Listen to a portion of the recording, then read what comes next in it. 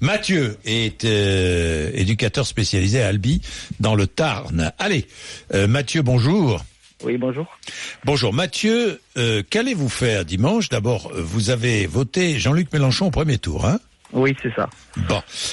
Mathieu, est-ce que le débat de ce soir peut changer votre vote pour dimanche?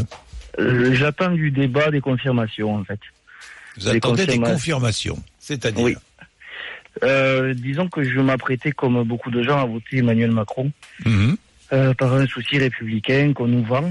Et disons que je me suis pas mal renseigné sur Internet. J'ai vu des gens comme Alain Soral ou qui vous expliquent un petit peu le système, et c'est vrai que ça m'a pas mal perturbé. Ouais, Alain Soral, vous savez, il est d'extrême droite, hein, Mathieu, vous le savez. Oui, je sais, oui. Oui, là, vous êtes clair. Remarque, c'est clair, là. Avec Alain Soral, on n'est pas trompé. Sur la marchandise, si je puis dire. Après, il y en a d'autres, que ce soit Badiou ou d'autres. Voilà, j'ai essayé d'un petit peu ouvrir et pas écouter les médias classiques. Et c'est vrai que, j'ai lu des biographies d'Emmanuel Macron où on nous explique ses affaires chez Rothschild, tout ce qui s'est passé, comment il est arrivé à ce niveau-là. Et j'ai vraiment l'impression que c'est un produit du système. J'ai jamais voté extrême droite. Je m'y refusais.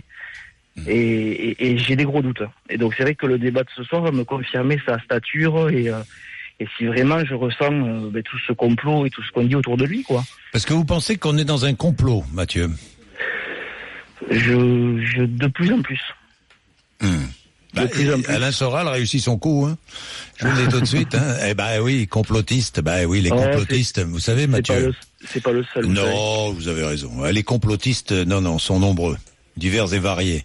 C'est pas Mathieu. Le seul, et on peut se poser des questions quand même, ceci dit. Mais cela dit, Mathieu, vous avez raison, il faut toujours se poser des questions, hein.